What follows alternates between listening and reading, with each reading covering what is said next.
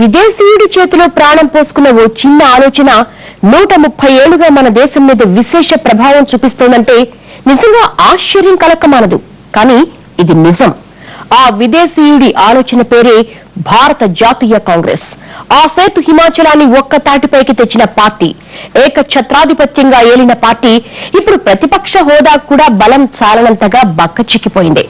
ఎన్నో ఉత్థాన పతనాలను చవిచూసిన కాంగ్రెస్ చరిత్రను ఓసారి అవలోకిస్తే, ఇండియన్ నేషనల్ కాంగ్రెస్ ఈ ఒక్క పేరు భారతదేశ చరిత్రలో ఓ భాగమైపోయింది. స్వతంత్ర భారత చరిత్రను ఓ 62 ఏళ్ల పాటు దిశా మార్గదర్శనం చేసిన ఆ పార్టీ స్వాతంత్ర్యం వచ్చాక గడిచిన 67 ఏళ్ల పాటుగా నవభారత ప్రయాణంలో భాగమై పయనిస్తోంది. ఇంత విశేషానుబంధం కలిగిన కాంగ్రెస్ అన్న ఆలోచన ఓ విదేశీయుని ఆలోచన నుంచి పుట్టింది. 1880ల నాటి మాట. ప్రతి ఒక్కరికి బ్రిటిషర్లను ఎదిరించాలన్న ఆవేశకావేశాలు ఉన్నా దానికి పోరాడేందుకు సరైన వేదిక లేక ఆ ఉద్యమ స్ఫూర్తి గొంతు దాటి వచ్చేది కాదు. భారతమాత దాస్య శృంఖలాలను ఛేదించాలంటే ముందు భారతీయుల మానసిక దాస్యత్వాన్ని విడనాడేలా చేయాలని అప్పట్లో ఎందరో నాయకులు ప్రయత్నించారు. ఆ ప్రయత్నమే కాలగమనంలో మరో వేదికకు ప్రాణం పోసింది.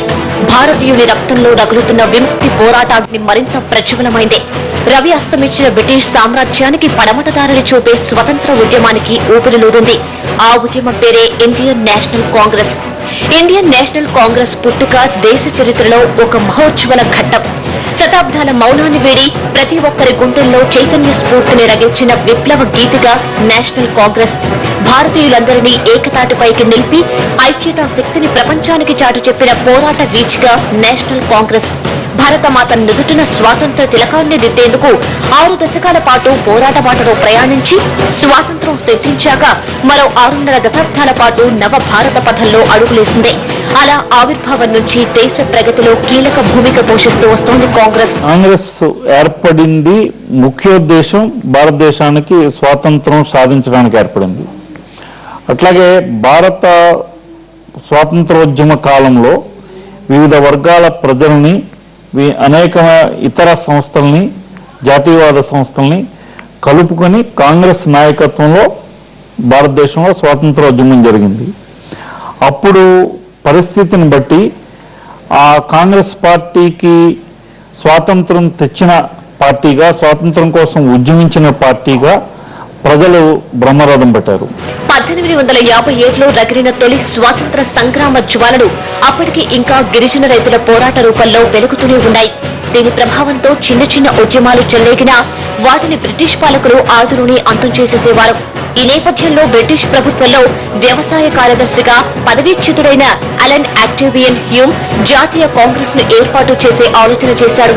1884లో ఇండియన్ నేషనల్ యూనియన్ అనే సంస్థను ఏర్పాటు చేసి ప్రజల్ని కూడగట్టి వారిని జాతీయ శక్తిగా మలచి దేశ ప్రయోజనాల సాధనే లక్ష్యంగా ఇండియన్ నేషనల్ యూనియన్ ను తీర్చిదిద్దాడు. ఆ తరువాత వివిధ పోరాట సంస్థలతో చర్చలు, మేధోమథనాలు జరిగిన తర్వాత దాదాభాయ్ నౌరోజీ సూచనలతో దానికి ఇండియన్ నేషనల్ కాంగ్రెస్ గా పేరు మార్చారు. 1885 డిసెంబర్ 26న ఇండియన్ నేషనల్ కాంగ్రెస్ ఏర్పాటు సభకు అందరూ అంగీకరించారు. 1885 డిసెంబర్ 28వ తేదీన బొంబాయిలో సర్ గోకుల్ దాస్ తేజ్పాల్ కళాశాలలో భారత జాతీయ కాంగ్రెస్ తొలి సర్వసభ్య సమావేశం జరిగింది. 3 రోజుల ఈ ఆవిర్భావ సభలో ఎన్నో అంశాల్ని ప్రస్తావించి వాటిని అంగీకరింపచేసుకున్నారు. ఆ సభలో ప్రస్తావించిన విషయాలు, చర్చించిన అంశాలు, వారి పోరాట లక్ష్యాలు వేరు. దేశాభివృద్ధికి కృషి చేయడం, కులమత దురాభిమానాలు తొలగించడం, కార్యకర్తల మధ్య స్నేహం నెలకొల్పడం, జాతీయ సమైక్యతను సాధించడం, సాంఘిక సమస్యల పరిష్కారంలో విద్యావంతుల భాగస్వామ్యం వంటి లక్ష్యాలతో నాడు కాంగ్రెస్ ఏర్పాటైంది. ఈ దేశంలో జాతీయవాదుల్ని, దేశం మొత్తాన్ని ఏకం చేయాలని చెప్పిన కోరుకునే వాళ్ళని, బ్రిటిష్ వాళ్ళ పాలనలో మనకు న్యాయం జరగాలని కోరుకునే వాళ్ళు. మొదట కాంగ్రెస్ ధోరణి బ్రిటిష్ పరిపాలన మనకు న్యాయం జరగాలని చెప్పి, అంతేగా స్వతంత్రం గురించి వాళ్ళు కోరల. స్వతంత్రం గురించి మాట వచ్చింది ఇంకో 20-30 ఏళ్ల తర్వాత అనమాట. ఈ దేశంలో ఆలోచించే వాళ్ళు, బాగా చదువుకున్న వాళ్ళు, ప్రపంచాన్ని చూసిన వాళ్ళు, ముఖ్యంగా పాశ్చాత్య దేశాల్లో విద్య పొందిన వాళ్ళు, వాళ్ళంతా కూడా చాలా మహనీయులు. గోపాలకృష్ణ గోఖలే కావచ్చు, బాలగంగాధర తిలక్ కావచ్చు, మరి దాదాపు నవరోజీ కావచ్చు. తొలి దశలో మహాత్మా గాంధీ కూడా వచ్చే ముందు, మహాత్మా గాంధీ వచ్చింది కూడా 30 ఏళ్ల తర్వాత, 33 ఏళ్ల తర్వాత. చాలా గొప్ప నాయకులు ఈ దేశంలో జాతీయ భావాలకి పునాది వేశారు, కులం మొత్తం ప్రాంతానికి అతీతంగా. అలా అంచెలంచెలుగా నేషనల్ కాంగ్రెస్ ప్రభావం విస్తరించి స్వాతంత్ర సాధన దిశగా మితవాద లక్ష్యాలతో చాలా ఏళ్ల పాటు రాజకీయ ప్రయత్నాలు చేసింది. ఇలా 20 ఏళ్ల పాటు సాగిన ఈ నిర్లిప్త ప్రయాణం నల్లేరు మీద నడకలా సాగిపోయింది. కానీ 1905 బెంగాల్ విభజనతో కాంగ్రెస్ ప్రస్థానం మరో మలుపు తిరిగింది. ఆనాటి విభజన చిచ్చు 2 ఏళ్లలో కాంగ్రెస్ నాయకత్వాన్ని మితవాద అతివాదులుగా చీల్చివేసింది. 1907లో జరిగిన కాంగ్రెస్ మహాసభలకు తిలక్ అధ్యక్షత వహించారని భావించిన కొందరు కాంగ్రెస్ నాయకులు అడ్డుకోవడంతో కాంగ్రెస్ రెండుగా చీలిపోయింది. గోపాలకృష్ణ గోఖలే నేతృత్వంలో మితవాదులు ముందుకు కదిలితే అతివాదులు బాలగంగాధర్ తిలక్ ను అనుసరించారు. లక్నో ఒప్పందం ఆ చిచ్చును కాస్తంత సద్దుమణిగేలా చేసినా పూర్తిగా తొక్కిపెట్టలేకపోయింది. అలా విభిన్న ధోరణులతో ముందుకు సాగుతున్న కాంగ్రెస్ మహాత్ముని రాకతో కొత్త నడకను అందుకుంది.